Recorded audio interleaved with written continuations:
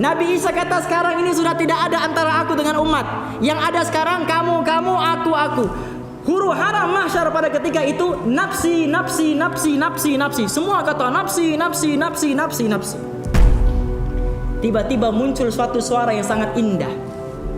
Suatu suara yang sangat merdu. Yang tidak menyebutkan nafsi. Tapi menyebutkan ummati. Dicari umatnya. Tidak mementingkan dirinya sendiri. Yang dia penting bagaimana umatnya selamat. Innakum tuhsyaruna yawmal qiyamati haffatan urratan atasan sukaran hiyaran bi ahwali yaumil qiyamah. Kamu nanti di hari akhirat akan datang dalam keadaan tidak berselipar, tidak memakai alas kepala, tidak memakai pakaian, tidak berkhatan, dalam keadaan mabuk, bi ahwali yaumil qiyamah, dalam keadaan dahsyatnya hari kiamat. Waktu itu tuan-tuan, yang mana disebutkan di dalam satu ayat Al-Quran, yang mana pada ketika itu seorang ibu yang mengandung,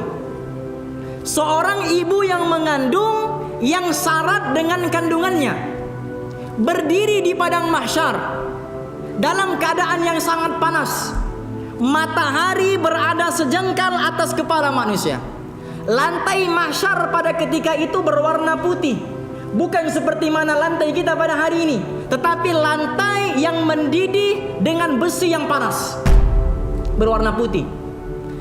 Wanita ini meletakkan kakinya di atas dalam keadaan yang sangat panas, dalam keadaan syarat kandungannya. Maka wanita ini tidak tahan kepanasan. Apa yang dia lakukan? Dia koyak perutnya sendiri dengan tangan kanannya. Dia koyak perutnya dengan tangannya, mengeluarkan anak yang berada dalam kandungannya itu, diletakkan di atas padang mahsyar. Dia pijak anak dia sendiri karena tidak tahan kepanasan. Waktu itu di hari akhirat, manusia sudah dalam keadaan huru hara.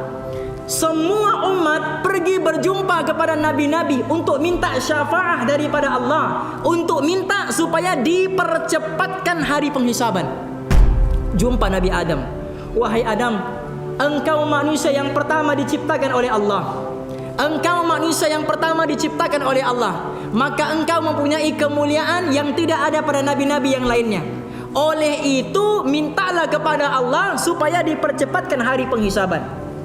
Adam kata, bukan saya orang yang selayaknya, karena saya pernah melanggar sekali perintah Allah. Pernah melanggar sekali perintah Allah. Allah menyebutkan dalam Al-Quran, la taqraba hadhihi syajara fatakuna minadh dhalimin. Jangan sesekali sentuh pokok ini. Kalau kamu sentuh, kamu akan tergolong dalam golongan orang yang zalim. Nabi Adam bukan sekadar menyentuh, tapi makan daripada buah, daripada pohon tersebut, yang kita sebutkan sebagai pohon khuldi, pohon yang kekal. Maka Nabi Adam kata, saya bukan orang yang selayaknya, karena saya pernah melaksanakan satu dosa kepada Allah Subhanahu wa Ta'ala yang tidak memungkinkan saya untuk minta permohonan kali yang kedua kepada Allah. Nabi Adam sepanjang hidupnya hanya buat dosa sekali. Mau minta doa kepada Allah masih malu. Kita bukan buat dosa satu kali, hari-hari setiap saat menyelam dalam lautan dosa. Masih tidak malu minta surga Firdaus kepada Allah. Nabi Adam, Rabbana zalamna, ya Allah, saya sudah menzalimi diri saya sendiri. Rabbana zalamna anfusana, saya sudah menzalimi diri saya sendiri. Wa illam taghfir lana, kalau engkau tidak ampuni engkau ya Allah, engkau yang maha pengampun. Kalau yang maha pengampun sahaja tidak mengampunkan saya, kepada siapa lagi saya memohon keampunan ini? Watarhamna, engkau ni yang maha pengasih. Kalau engkau saja tidak mengasihi saya, siapa lagi yang mau mengasihi saya? Adam buat satu dosa, 40 tahun taubat, baru diterima oleh Allah dia punya taubat. 40 tahun, selepas 40 tahun, hanya satu dosa saja. Adam kata, bukan saya orang yang selayaknya untuk minta kepada Allah. Pergilah jumpa nabi-nabi yang lainnya. Maka umat akan pergi bergerak bertemu dengan Nabi Ibrahim alaihissalam. Wahai Ibrahim, engkau Khalilullah, kekasihnya Allah Subhanahu wa Ta'ala. Minta kepada Allah supaya dipercepatkan hari hisab. Ibrahim kata, bukan saya orang yang selayaknya, Karena saya pernah sepanjang hidup saya pernah berdusta 1 kali saja. Kan? Semua kita tahu kisahnya. Kisah yang mana ketika ada berhala-berhala yang banyak. Pada ketika itu semua orang pergi ke pesta. Nabi Ibrahim hanya tinggal sendiri di kampungnya. Maka dia meruntuhkan semua berhala-berhala tersebut. Yang dia tidak runtuhkan hanya 1 berhala yang besar. Dan kemudian dia punya parang itu, kapaknya itu digantungkan di leher berhala yang sangat besar tadi. Bila mana semua orang kampung datang daripada pesta, orang kampung terkejut melihat semua berhala mereka telah dihancurkan. Dan yang tidak turun pesta itu hanya seorang saja, Ibrahim alaihissalam. Semua kata ini memang kerja Ibrahim. Dipanggillah Ibrahim alaihissalam. Wahai Ibrahim, kenapa kamu hancurkan seluruh berhala ini? Ibrahim kata, bukan saya. Tengok kapak itu berada pada siapa? Kapak itu berada pada patung yang besar ini. Bermakna patung yang besar ini sudah meruntuhkan patung-patung yang kecilnya. Penduduk kampung kata, bodoh kamu nih wahai Ibrahim. Ini patung tidak boleh bergerak. Bagaimana dia boleh menghancurkan patung-patung yang lain? Ibrahim kata, kalau saya bodoh, kamu lebih bodoh daripada saya. Kamu sudah tahu itu patung tidak boleh bergerak, tidak boleh berganjak. Kenapa kamu pergi sembah dia? Tidak boleh bagi mudarat, tidak boleh bagi manfaat. Kenapa kamu masih minta dengan dia? Maka Ibrahim kata, ini saya pernah menipu sekali. Ibrahim menipu sekali sepanjang hidup, dia masih malu untuk minta kepada Allah. Kita berapa kali menipu dalam sehari? Ibrahim dipanggil Khalil, kekasih Allah. Menipu sekali. Menipunya itu bukan untuk tujuan diri, tapi untuk menyelamatkan akidahnya, untuk menyelamatkan tauhidnya. Kita bukan sekadar untuk menyelamatkan akidah kita, bahkan menipu atas kepentingan diri sendiri menggunakan agama pula. Nah, ini kita yang lisan kita sentiasa menipu orang lain, yang penting untuk urusan kita sini selesai. Ibrahim kata, bukan saya orang yang layaknya. Jumpa Nabi Isa alaihissalam. Dijumpa Nabi Isa alaihissalam Allah. Nabi Isa kata, kalau Adam tidak berani, Ibrahim tidak berani, saya lagi tidak berani. Saya lebih malu kepada Allah. Umatnya kata, kenapa wahai Isa? Karena saya sudah disamakan oleh Tuhan, oleh umat saya. Dipanggil Jesus kan?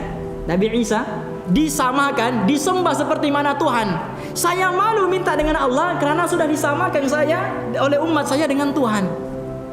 Ketika ini tuan-tuan, huru hara mahsyar pada ketika ini seperti mana kita hirup pikuk berada di dalam pasar.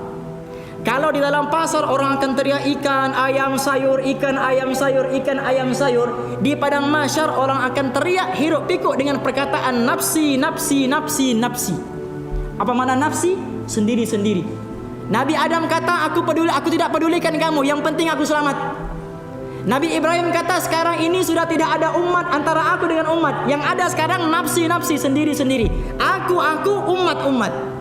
Nabi Isa kata, sekarang ini sudah tidak ada antara aku dengan umat. Yang ada sekarang kamu, aku. Huru hara mahsyar pada ketika itu nafsi, nafsi, nafsi, nafsi, nafsi. Semua kata nafsi, nafsi, nafsi, nafsi, nafsi. Tiba-tiba muncul suatu suara yang sangat indah. Suatu suara yang sangat merdu. Yang tidak menyebutkan nafsi, nafsi, nafsi, tapi menyebutkan ummati, ummati, ummati. Dicari umatnya. Tidak mementingkan dirinya sendiri. Yang dia penting bagaimana umatnya selamat. Nabi SAW tidak pernah melihat ayahnya. Bangkit daripada kubur tidak mencari ayahnya. Tidak mencari istrinya. Tidak mencari anak-anaknya. Yang dicari, aina ummati ya Jibril, mana umat aku wahai Jibril. Dicarinya manusia yang tidak pernah dilihatnya, yaitu umatnya, umat akhir zamannya, yang dia bangga-banggakan di hadapan para sahabat. Nabi pernah beritahu kepada para sahabat, tuba lakum, beruntung kamu wahai sahabat. Berbahagialah kamu wahai sahabat, tuba lakum, untung kamu, bahagia kamu. Nabi sebut sekali saya, tuba lakum, bahagia kamu, beruntung kamu. Sahabat gembira, bangga sudah. Nabi kata dia nih hebat, tuba, berbahagia, berjaya. Bila mana sahabat sudah bangga dengan gelaran itu, Nabi kata tuba, thumma tuba, thumma tuba, thumma tuba, thumma tuba, thumma tuba, thumma tuba. 7 kali Nabi ulang, bahagia, bahagia, bahagia, bahagia, bahagia, bahagia, bahagia. liman amana bi wa lam yarani. Orang yang tidak pernah melihat aku tapi beriman kepada aku. Untuk sahabat Nabi kata sekali. Untuk kita Nabi kata 7 kali. Beriman kepada Nabi tapi tidak pernah melihat Nabi. Kerana kehidupan Nabi bukan untuk siapa-siapa, hanya sahanya untuk umat. Hanya sahanya untuk umat. Sayangnya Allah dengan Nabi ni tuan-tuan, jangan kata najis, jangan kata hanya sahanya batu bata, jangan sahanya hanya kata batu. Sayangnya Allah dengan Nabi, binatang pun tidak pernah hinggap di badan Nabi. Sayangnya Allah dengan Nabi, nyamuk tidak pernah hinggap di badan Nabi, lalat tidak pernah hinggap di badan di badan Nabi SAW. Ular tidak pernah hinggap di badan Nabi, kalajengking tidak pernah hinggap di badan Nabi. Kerana sayangnya Allah kepada jasadnya Nabi, tubuh badannya Nabi.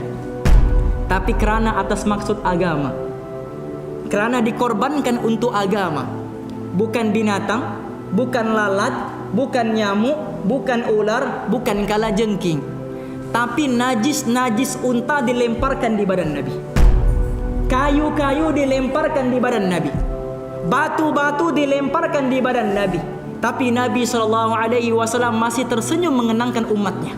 Fatimah radhiyallahu anha melihat Nabi daripada jauh, pulang dalam keadaan bertukar warna kulit dan bertukar warna pakaiannya. Menangis Fatimah radhiyallahu taala anha melihat Nabi SAW ditendang keluar, masuk lagi ke kemah, ditendang keluar, masuk lagi ke kemah, dipukul keluar, masuk lagi ke kemah, semata-mata untuk menyebarkan agama. Ketika di Taif lagi teruk Nabi kena. Ketika di Taif, Nabi SAW berdakwah ke Taif. Nabi sangka di sana beliau akan mendapat pertolongan, akan mendapat bantuan daripada penduduk-penduduk Taif. Rupa-rupanya penduduk Taif sudah berbaris panjang. Sehingga kan di dalam riwayat ada mengatakan 1 kilometer, ada menyatakan 2 kilometer. Penduduk Taif berbaris panjang, masing-masing memegang kayu, masing-masing memegang batu, masing-masing memegang najis untuk dilemparkan di jasad Nabi SAW. Nabi SAW bila mana dilihat dalam keadaan begitu, dilempar oleh penduduk Taif, mengalirlah darah Nabi SAW daripada dahinya. Bila mengalir darah Nabi SAW, jatuh ke sepatu Nabi SAW. Hadirin, waktu itu Jibril alaihissalam melihat kekasihnya Muhammad sallallahu alaihi wasallam, tidak tahan Jibril alaihissalam. Kekasih Allah diperlakukan sedemikian rupa. Jibril kata, "Hei Muhammad, setitik darah kamu jatuh ke bumi, aku akan kiamatkan dunia ini." Jibril. Sedangkan urusan kiamat ni urusan Allah. Urusan kiamat ini di tangan Allah. Tapi oleh kerana cintanya kepada Nabi, sayangnya kepada Nabi, rindunya kepada Nabi, kalau setitik darah Nabi jatuh ke bumi, dia akan kiamatkan dunia ini. Jibril alaihissalam, "Ya Muhammad, mud yadaika ila sama." Angkat tanganmu, doa kepada Allah Subhanahu wa taala. Doakan kehancuran untuk umat ini. Aku sedia untuk bila mana kamu berdoa kepada Allah, aku akan angkat bukit Taif ini, gunung Taif ini, hempapkan kepada mereka. Aku sedia wahai Muhammad. Angkat tanganmu, doa sekarang. Hanya tunggu doa daripada Nabi. Indahnya akhlak Nabi. Angkat tangannya, doa. Ya Rabb, ila man takilun.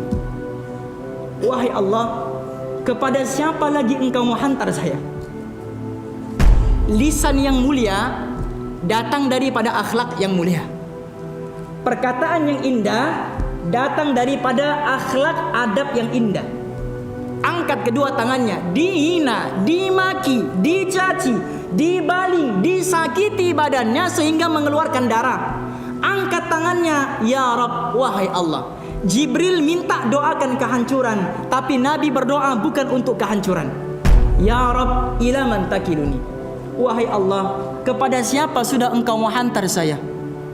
Ila man takiluni am ila ba'idin yatajahhamuni.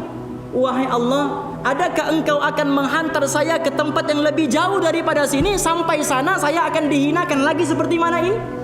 Am ila garibin yatajahhamuni, ataupun ke tempat yang lebih dekat daripada sini, sampai sana saya akan dibaling lagi. Apa Nabi kata? Wa ana radin ya Rabb, aku ridho ya Allah. Aku sanggup terima kesusahan semata-mata untuk agama. Wa ana radin ya Rabb ma lam taqdab alayya. Selagi mana engkau tidak pernah marah kepada saya, selagi mana engkau tidak pernah murka kepada saya. Muhammad sallallahu alaihi wasallam dibaling masih menunjukkan ihsan kepada umatnya. Jibril, mereka ini kaum yang tidak tahu. Mereka ini kaum yang tidak tahu. Kalau mereka tahu, mereka tidak akan buat begini. Mereka tidak tahu. Maka tidak sewajarnya untuk umat yang tidak tahu saya mendoakan kehancuran untuk mereka. Kita hari ini ringannya lisan kita untuk mendoakan kehancuran untuk orang lain. Ringannya lisan kita untuk mendoakan keburukan orang lain. Sedangkan tidak ada orang yang diuji dengan perkara yang paling berat melainkan Nabi sallallahu alaihi wasallam.